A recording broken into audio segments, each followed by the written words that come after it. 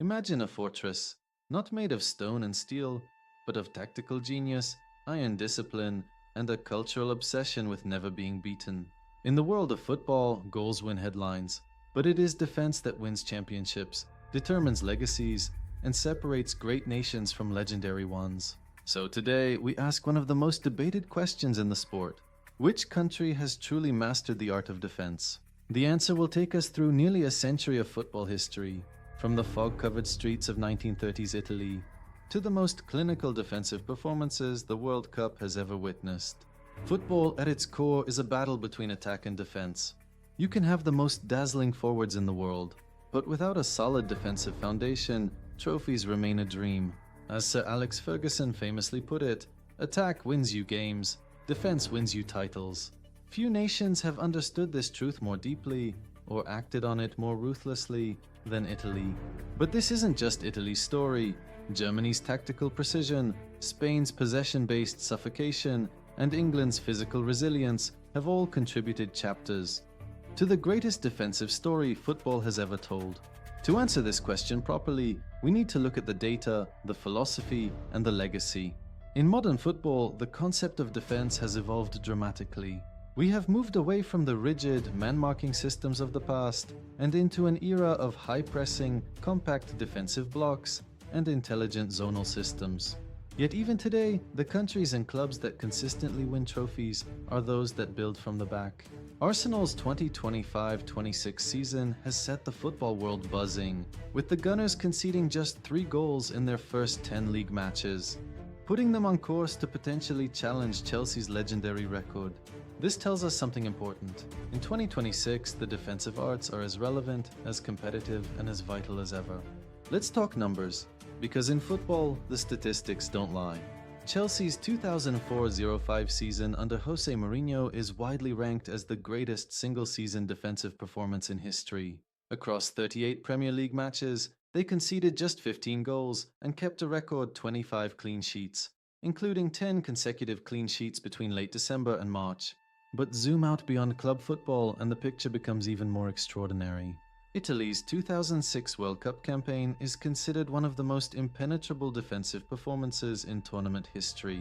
They conceded just 2 goals throughout the entire tournament, one an own goal, the other a penalty, led by the commanding partnership of Fabio Cannavaro and goalkeeper Gianluigi Buffon.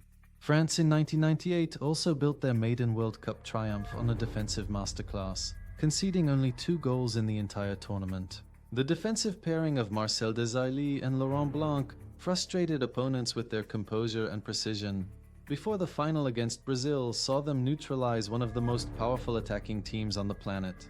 West Germany in 1990 is another example, conceding just 3 goals en route to the title under Franz Beckenbauer.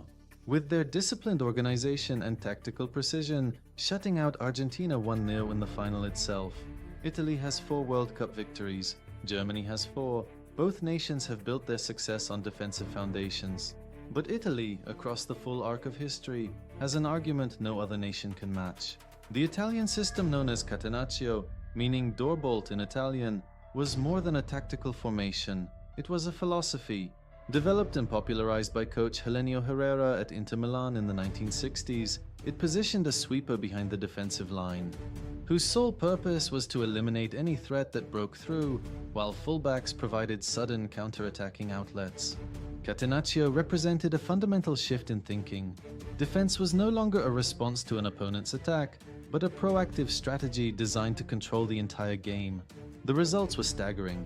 Under this system, Inter Milan won Serie A titles in 1963, 1965, and 1966, and clinched back-to-back European Cups in 1964 and 1965. AC Milan took the philosophy even further in the late 1980s and 1990s, building arguably the greatest defensive unit in club football history. Their average goals conceded across their golden era was just 23 per Serie A season, an average of 0.68 goals per game. This dominance extended to Europe, where they reached 5 European Cup finals in 7 years, winning 3 of them. The names from this era are sacred in defensive football: Franco Baresi, Paolo Maldini, Gaetano Scirea, Claudio Gentile. Italy has produced some of the greatest defenders in world football history, From Giorgio Chiellini to Franco Baresi and Fabio Cannavaro, the only defender ever to win the Ballon d'Or. Catenaccio established Italy as a defensive superpower, and defense remains imprinted in the football DNA of the nation. They still consistently produce elite-level defenders. This isn't just football history trivia. Understanding defensive mastery tells us something profound about how nations approach competition, culture, and excellence itself. Italy didn't build its defensive reputation by accident. Italian teams highly valued defensive solidity, prioritizing well-organized backlines and tactical discipline. A culture that produced generation after generation of elite defenders. Winning wasn't optional, it was everything. And if winning meant grinding out a 1-0 and making the opposing striker's life a living nightmare for 90 minutes, so be it. That mentality produced 4 World Cup titles, 2 European Championships, and club sides that dominated the continent for decades. Other nations have had their moments. Germany's 1990 ruthlessness, France's 1998 solidity, Spain's possession-based suffocation in 2010, England's great Premier League defensive clubs. But no nation has systematized defensive excellence across a century of football the way Italy has. So which country has the strongest defense in football? The answer, when you weigh history, philosophy, trophies, and the raw production of elite defensive talent, points firmly and consistently in one direction: Italy. From Catenaccio to the back four of Baresi and Maldini, from the 2006 World Cup to the Euro 2020 triumph, Italy has proven, time and again, that when a nation builds its football identity around the art of not conceding, it becomes nearly impossible to beat.